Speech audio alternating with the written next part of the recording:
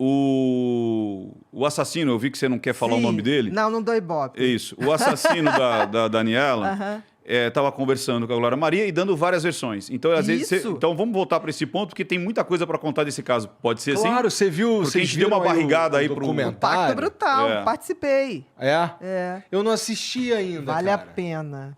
Vale a pena, Igão. Eu não sei se você pegou esse momento, assim, né? É da minha geração. Foi que ano isso daí? 1992. Não, o assassinato foi em 93, né? Não, 92. Eu tinha... Tá fazendo 30 anos. Foi em 92. Dezembro de... 27, 28 de dezembro, né? 27 de dezembro. De 92. Eu tinha 7 anos. Eu lembro vagamente... Foi uma comoção, Eu né? lembro vagamente dessa comoção e como foi um absurdo tudo isso e tal... Eu preciso ver esse documentário. E é legal você ver pelo seguinte, que o documentário, ele não veio trazer versões. Ele veio, já foi julgado. Isso. Ele veio trazer provas documentais, de testemunha, né? Que até hoje, muita gente, quando vai falar, fala assim, não era aquela atriz que tinha caso com o parceiro de trabalho? Nunca teve. Nunca teve. É o lance da mídia, né? O quanto que a mídia... manipulou aquela história. E virou um folhetim. A própria Glória falou, né? Precisava de um folhetim para vender. Exatamente. E o próprio advogado acabou acrescentando que tinha um diretor italiano que sabia. Não, Mas eles faziam o quê? Eles contracenavam na novela? Era uma parada assim, eles né? estavam... eles tinham... Era um par, né? Que, na realidade, o par romântico da Dani era o Fábio Assunção.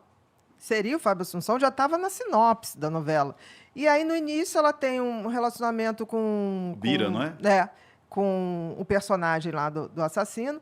E eles desmancham. Quando desmanchou e começou a chegar o roteiro das gravações, ele já não sendo mais, e que a novela caminhava para o que era o planejado, Fábio Assunção, ele surtou. E ele começou, tipo assim, não, fala com a sua mãe, tem que trocar. E ela falou, não vou. Isso não existe, ninguém influencia minha mãe, não vou fazer isso. E aí ele começou assim, obsessivamente. E aí tramou lá a questão, e não sei se você viu, né? Tinha todo um simbolismo de uma coisa meio magia negra ali, né? Tinha.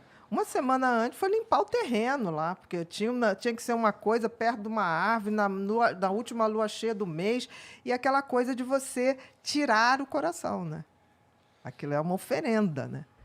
Na época, nunca se tocou muito nisso, porque era tão difícil. Dessa parte eu não sabia. Você vai entender. A gente não pode dizer que é isso. Agora, que aquilo foi totalmente ritualizado, planejado, é uma coisa incrível. Você vai ver ali que aquilo tinha um determinado fim.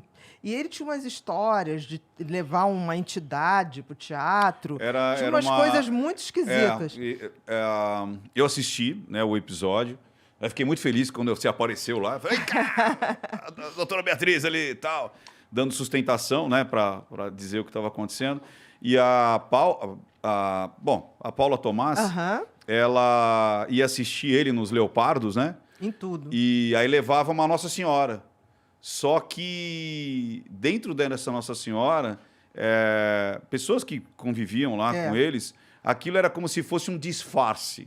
Então, dentro tinha objetos, tinham símbolos incrustados dentro e ela colocava, e toda vez que ele ia fazer alguma coisa, ela ia com essa Nossa Senhora e abria a bolsa e colocava ali. Ele também tinha uma imagem esquisitíssima, que as pessoas tinham muito receio no camarim dele. Existia uma ritualização. Uma ritualização. Uma religião ali. A gente não sabe qual que é definida, mas existia um pacto religioso, vamos dizer assim. Exatamente. E ele tudo isso que acontece é para que ele consiga obter o sucesso, exatamente, né? Exatamente, a qualquer custo. Qualquer custo. Eu li em algum lugar, assim, porque esse caso, com esse documentário, voltou, né? E ele fez uns vídeos, ele falou umas paradas e tal. E eu não lembro, mas era um outro ator falando que trabalhou com ele na época. Maurício Matar? Talvez, que acho que foi. Parece que ele falou pro Maurício, se é que foi o Maurício, eu não lembro, mas talvez tenha sido, que ele faria qualquer coisa para ter sucesso, ele transaria com qualquer pessoa que mas ele tivesse. Fez, né? Fez, né? Fez de tudo. Tipo assim, muitas coisas. É claro que um cara desse tem passado. Eu sempre digo isso. Um psicopata não nasce quando faz o primeiro crime. Ele já tem várias outras coisas. E quando a gente vai na história pregressa dele, tem muita história. Tem muita história. Só que tem que, na época, pessoas envolvidas, pessoas muito conhecidas na época, não quiseram depor para não se expor. Mas tinha muita história. E a Paula Tomás, a gente estava até conversando lá.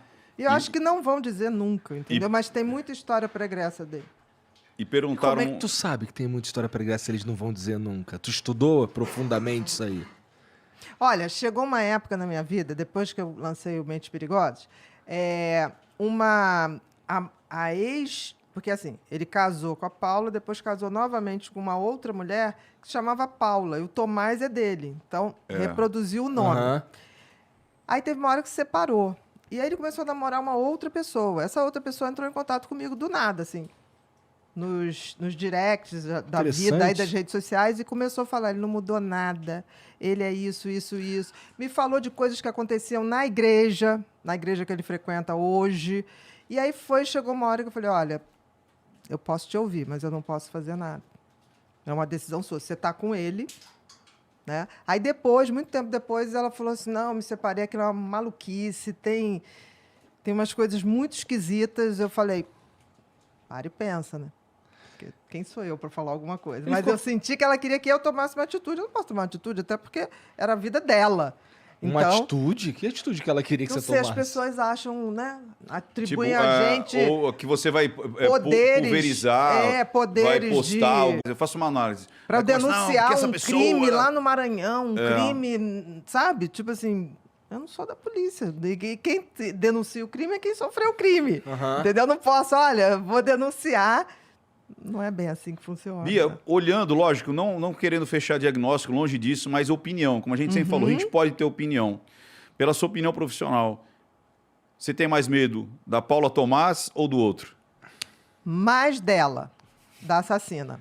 Que, diga-se de passagem, é de uma frieza inacreditável. Ela era o poder por trás dele. Ela que pautou toda a carreira dele. E ela topava essa coisa da relação aberta para que ele fosse à caça. Mas tudo tinha que reverter para o casal. Então, e se você pensar bem, ele no júri, por exemplo, Igor, ele é tão exibicionista, tão narcisista, que ele no júri, ele simplesmente deu um show. Ele pegou ali o palquinho, que é um júri, e ele começou a fazer a voz da Dani, a voz da mulher, a voz dele, encenar aquilo. Foi patético. E ali todo o juiz ficou muito impressionado com aquilo, porque ele não estava nem aí mesmo. Ele aproveitou para fazer a cena dele. A outra, até hoje, diz que nunca esteve lá. Apesar de ter sido condenada, porque tem provas que ela estava lá. Né? O advogado, né? Hugo, que já faleceu, né? Reconheceu, né? Ela. E ela diz, eu nunca estive lá. Eu nunca estive lá. Você sabe, Igor, que essa parte da... Ela é de uma frieza. Essa parte da encenação foi bem interessante. Quando eu fiz a análise... Então eu não vi essa porra. Vai vendo, eu fiz a análise de... Tem que ver, porque é uma aula de psicopatia, né?